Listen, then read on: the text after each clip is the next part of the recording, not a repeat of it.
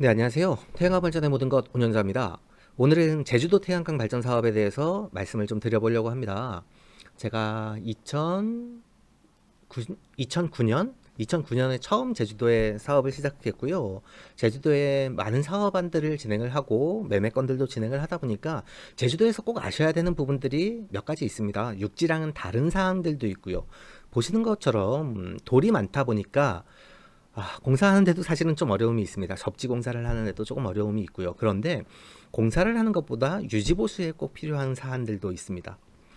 쉽게 제주도의 태양광 발전 사업을 고민하시는 부분들이 이제 휴가지, 휴가지에 내가 땅을 투자를 하고 싶다. 제주도의 토지가가 폭등을 하다 보니까 제주도에 이런 토지를 장기적으로 투자를 해보고 싶다라는 생각들을 많이 가지고 계시고요.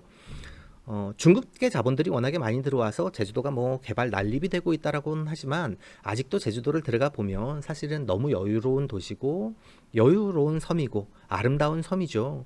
그러다 보니까 여기에 내가 차후에 전원 생활을 할 수 있는 땅을 미리 투자를 하고 싶다라는 생각들도 가지고 계시지만 실상 들어가서 생활하는 건 우리가 여행 가서 보는 것들과는 많이 다른 부분이 있습니다. 일단 발전소 건설 이전에 확인하셔야 하는 사안들이 인허가가 무조건 되는 게 아닙니다. 제주도에 건축물을 지으려면 수도가 들어와 있지 않은 데는 건축 허가가 나질 않습니다. 태양광 발전소는 지금 건축물 없이 인버터를 전부 다 외장형으로 사용하기 때문에 이와는 상관이 없지만 개발 규제에 있어서 연접 규제라는 게 아직도 적용이 되는 지역들도 있고요. 그러다 보니까 연접이라는 건 법률상은 없어졌지만 개발 일정 부분에 대해서 개발 규제가 있을 수도 있다 보니까 제주도는 육지의 개발 행위 받는 것과 조금 다르게 보셔야 됩니다. 관련 규정도 좀 다르고 문화재 지표 조사를 해야 되는 지역들도 많고요. 그러다 보니까 개발행위 기간도 조금 더 길고 사업 허가 기간도 조금 더 길게 면밀하게 좀 검토해 보셔야 되는 부분이 있습니다. 분양받으시는 분들이 많이 하시는 실수 중에 하나가 사업허가 문제 없대요. 이러고 분양금을 낸다든가 분양을 받는다든가 이런 부분들 되게 조심하게 말씀을 드리는데 사업허가가 된다라고 해서 사업이 이루어질 수 있는 건 아닙니다. 사업허가와 개발행위 허가가 된다라고 해서 정상적으로 사업이 이루어진다는 건 아닙니다. 그러면 사업허가와 개발행위가 완료됐고 한전 개통연계 여유 용량이 있다라고 하면 그러면 이제 문제가 거의 다 해결됐구나. 90% 정도라고 보시면 됩니다. 그렇다면 사업허가, 전기사업허가 담당 부서와 개발행위 담당 부서와 한전에는 당연히 확인을 해보시고 분양을 받아도 받으셔야죠. 내년 6월에 될 거예요. 지금 2019년 10월 31일인데 내년 6월에 될 거예요 라고 본다면 지금쯤 허가는 진행이 되어 있어야 되는 상황입니다. 그게 되어 있지 않은 상황에서 무조건 된다라고 보기는 어려운 부분이 있는 거죠. 그러다 보니 20년 이상 장기적으로 투자를 하셔야 되는 부분에 있어서 인허가나 개발행위, 한전 개통 부분들 면밀히 다시 한번 살펴보셔야 되겠죠. 그리고 공사에 있어서 제주도라고 무리하게 공사비가 많이 들어가지 않습니다. 제가 2년 전에 500km 공사를 7억에 2년이 조금 넘었는데 7억에 공사를 했었는데 지금은 500km는 6억 미만의 공사를 하셔야 수지 타산이 맞을 겁니다. 이렇게 그런데 그럼에도 불구하고 육지랑 똑같이 계산을 하시면 안 됩니다. 제주도가 삼다도죠. 그런데 바람이 정말 많습니다. 평소에 바람이 많이 부는 것들도 데미지를 입을 수가 있지만 태풍이 한번 오면 우리가 예상할 수 있는, 감당할 수 있는 정도의 수준이 아닐 수도 있습니다. 육지에서 우리가 맞아보는 태풍과 제주에서 맞이하는 태풍은 완전히 다르다고 보셔야 됩니다. 그러다 보니까 공사도 좀 면밀히 하셔야 되는 부분도 있고 좀 낮게 하셔야 되는 부분이 있고 3단 이상 치지 말라라고 제가 말씀을 드리는데 제주도에는 굳이 그렇게 하시지 마시고 구조 강도도 조금 더 들어가야 되고 그럼에도 불구하고 보험, CMI, 기관기계 종합보험이라고 하는데요. 풍재에 대한 보험 대비는 반드시 필요합니다. 거기에 특약사항으로 휴지 손해에 대한 특약도 넣으시면 좋겠죠.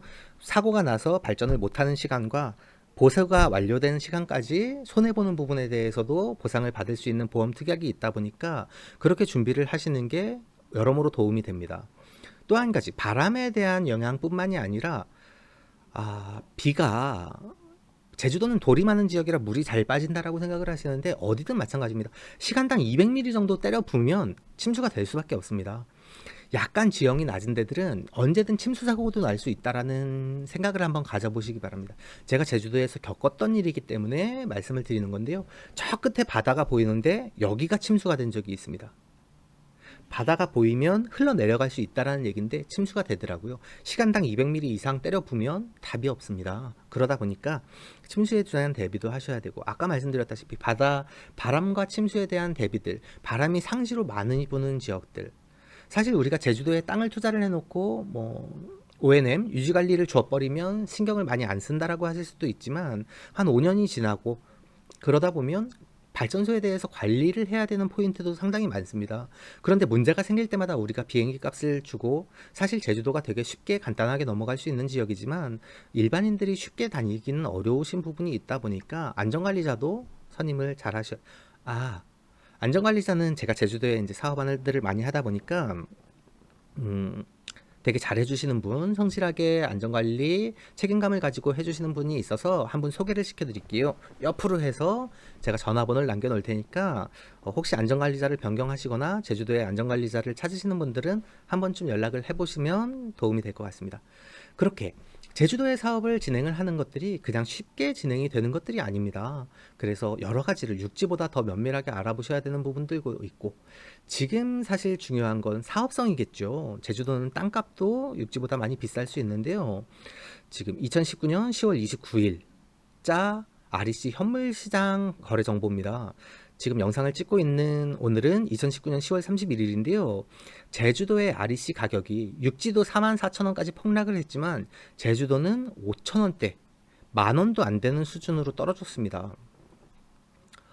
이게 무슨 의미를 갖느냐 하면은요, 지금 제주도에 사업을 진행을 하시는 분들은 아까 제가 120만원 미만에는 공사를 하셔야 된다라고 말씀을 드렸는데, REC는 그냥 플러스 알파라고 생각을 하셔야 됩니다. S&P만 가지고도 수익이 날 수 있도록 사업안을 만드신다는 개념으로 가셔야 됩니다. 그럼 제주도의 S&P가 얼마가 되느냐? 제주도 오늘자로 제가 전력거래소 홈페이지에 들어가는데요. 제주도 평균 S&P가 155원 정도입니다. 제주도는 S&P의 등락률도 큽니다. 그렇기 때문에 평균가를 잘 알아야 되고, 제주도의 지금 평균가를 저희가 지금부터 15년, 20년으로 보면 170원 정도는 예상을 할 수가 있겠다. 최소한 미니멈이라고 봐도 라고 말씀을 드리지만, 사실 전력계통은 어떻게 바뀔지 모릅니다. 20년은 상당히 큰 기간이거든요. 그러다 보니까 REC는 그냥 플러스 알파의 개념, S&P도 워낙에 많이 흔들릴 수 있다는 걸 참고를 하셔서 보셔야 되고요. 그러다 보니까 공사비도 낮추셔야 되고, S&P가 변동되는 폭을 어떻게 가져갈 것인지에 대해서도 면밀히 좀 검토를 하셔야 되는 부분이고요. 제주도의 S&P가 가장 많이 올랐을 적에 270원 정도까지, 260원 이상도 올라갔었고요. 떨어지면 또 많이 떨어질 수 있는 부분이다 보니까 사실 그런 부분들에 대해서도 변동폭을 많이 아셔야 됩니다. 또 한 가지는 제가 2011년인가 11년도에 이제 보수공사 개념으로 제주도를 또 방문을 했었는데, 제주도에 공사를 안 해본 업체에 공사를 맡기지 마십시오. 제주도는 제주 S&P를 받아야 된다라고 제가 말씀을 드렸지 않습니까? 제주도는 육지 S&P가 아니라 제주 S&P를 적용을 받아야 합니다. 그런데 우리가 한전에 PPA 계약을 해서 한전으로 거래를 하는 것들은요, 육지 S&P가 아니라 가중평균 S&P라는 걸 받습니다. 그럼 제주도에 공사를 했는데 한전에 PPA 계약을 해놓으면 그것도 제주 S&P가 아닌 가중평균 S&P를 받게 됩니다. 무슨 얘기입니까? 손해가 막중한 거죠. 제가 아는 사업자께서 2, 3년을 그렇게 받은 분들이 있어서 제가 돌려드린 적이 있는데요. 공사를 안 해본 업체들이 무조건 할 수 있다는 개념만 가지고 들어가서 사고를 치는 겁니다. 2, 3년 제주 S&P보다 육지 S&P를 적용받는다는 건 2, 3년 동안 거의 100원 이상의 손해를 본다라는 얘기입니다. 제주도는 육지와 다르게 신경 써야 될 부분도 많고, 접지공사, 울타리공사, 돌에 대한 개념들도 좀 아프고 바람에 대한 개념들도 알아야 되다 보니까 아무것도 모르는 사람이 들어가서 작업을 하기는 어려움이 있습니다. 그런 부분들 한 번쯤 챙겨보시는 게 좋을 것 같고요. 인허가 사항, 개발행위 사항도 육지와는 다른 부분들 꼭 챙겨보시는 게 좋을 것 같습니다. 다음번에 더 유익한 내용으로 준비하도록 하겠습니다. 감사합니다.